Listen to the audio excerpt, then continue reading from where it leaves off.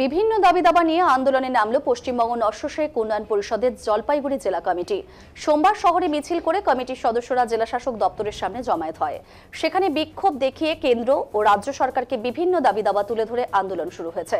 কেন্দ্র সরকার ওয়াকফকে কেন্দ্র করে সংশোধনী বিল 2024 লাগু করতে চাইছে। কমিটির দাবি, এই ধরনের বিল বাতিল করতে হবে, তা না হলে এই বিল করে মুসলিম সম্প্রদায়ের মধ্যে ক্ষোভের সৃষ্টি হয়েছে। রাজ্য সরকারের কাছে জেলা শাসকের মাধ্যমে 13 দফা দাবি তুলে ধরা হয়েছে। রাজ্য সরকার চাইছে ওয়াকফ বোর্ডের নিজের ইচ্ছে মতো সদস্য রাখতে চাইছে। এর প্রতিবাদ জানানো হয়েছে। জেলা শাসক সিদ্ধান্ত নেবেন কোনটা ওয়াকফ সম্পত্তি, কোনটা ওয়াকফ সম্পত্তি নয়, এটা বিচার করবে। এটা উচিত নয় দাবি কমিটি। 12.5 লক্ষ একর জমি রয়েছে ওয়াকফের, 8.5 লক্ষ প্রতিষ্ঠান চলছে এই জমিতে। কেন্দ্রীয় কমিটির সম্পাদক আমিনুল হক জানিয়েছেন, তারা চাইছেন ওয়াকফ সম্পত্তি কেন্দ্র সরকার রক্ষণাবেক্ষণ করুক। এখান থেকে যে আয় আসবে সেই টাকা দিয়ে দেশের গরিব মুসলিম সম্প্রদায়ের আর্থসামাজিক উন্নয়ন করা হোক।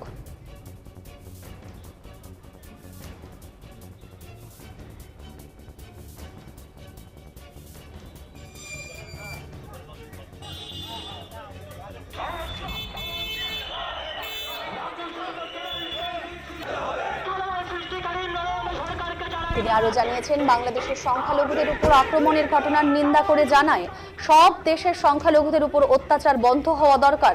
এদিনের কর্মসূচিতে জেলা কমিটির সদস্যরা উপস্থিত ছিলেন।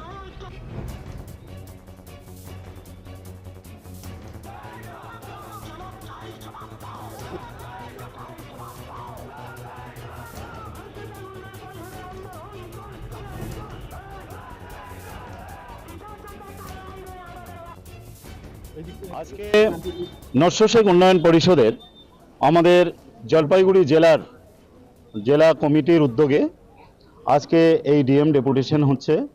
দুটো ডেপুটেশন আছে, একটা হলো কেন্দ্র সরকারের যে ওয়াকফ সংশোধনী বিল তারা নিয়ে এসেছে, সেই ওয়াকফ সংশোধনী বিল প্রত্যাহারের জন্য আমরা রাষ্ট্রপতির উদ্দেশ্যে একটা ডেপুটেশন দেব। আর আমাদের বাংলার মন্ত্রীর কাছে আমাদের 13 দফা দাবি নিয়ে আমাদের একটা ডেপুটেশন আছে, সেটাও ডিএম এর মাধ্যমে আমরা মুখ্যমন্ত্রীর কাছে দেব।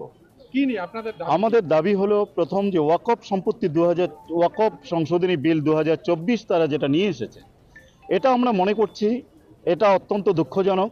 আমরা ভারতীয় মুসলিম সমাজ এতে মারাত্মক মর্মাহত হয়েছে, আহত হয়েছে।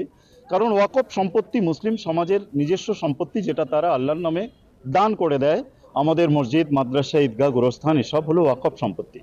তিনি সংশোধনী নিয়ে এসে বলছেন যে এই ওয়াকফ বোর্ড, কেন্দ্র সরকার বা রাজ্য সরকার প্রত্যেক সরকারেরই আন্ডারে সে ওয়াকফ বোর্ড আছে, ওয়াকফ বোর্ডে তিনি তার পছন্দের লোককে ঢুকাতে চাচ্ছেন। দেখুন, আমাদের ধর্ম নিরপেক্ষ দেশ, অমুসলিমরা তো আমাদের শত্রু নয়, তারা আমাদের বড় ভাই।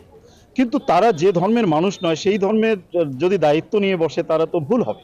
আর এই নিজেদের মধ্যে এই অশান্তিটা আমরা চাই না।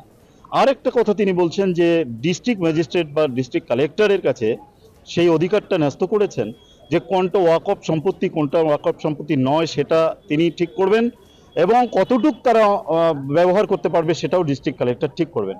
কিন্তু আমরা তো যেটা ওয়াকফ সম্পত্তি আমাদের যেটা রয়েছে, ওয়াকফ সম্পত্তি আমরা ডোনেট করে দিয়েছি, সেটা কতটুক দরকার সেটা তো আমরা ঠিক করেছি। সেটা তো কিছু প্রতিষ্ঠান আছে, 8.5 লক্ষ প্রতিষ্ঠান আছে, প্রায় 12.5 লক্ষ একর জমির উপর ওয়াকফ সম্পত্তিটা। সেটা তো ডিস্ট্রিক্ট কালেক্টর যদি এখানে মাথা লাগায় বা অন্য কেউ মাথা গলায়, বারবার এটা সংঘর্ষ হতে থাকবে। আমরা চাই ওয়াকফ সম্পত্তি কেন্দ্র সরকার এটা রক্ষণাবেক্ষণ করুক, এবং এখান থেকে যে আয় রোজগার আসবে সেটা দিয়ে গরিব মুসলিম সমাজের আর্থসামাজিক উন্নয়নের জন্য ব্যবস্থা করুক। তারা যেন এটাকে হাতিয়ে নেওয়ার জন্য আইন না আনে। আমরা এই আইনটা প্রত্যাহারের জন্য রাষ্ট্রপতির কাছে আজকে ডেপুটেশন দেব।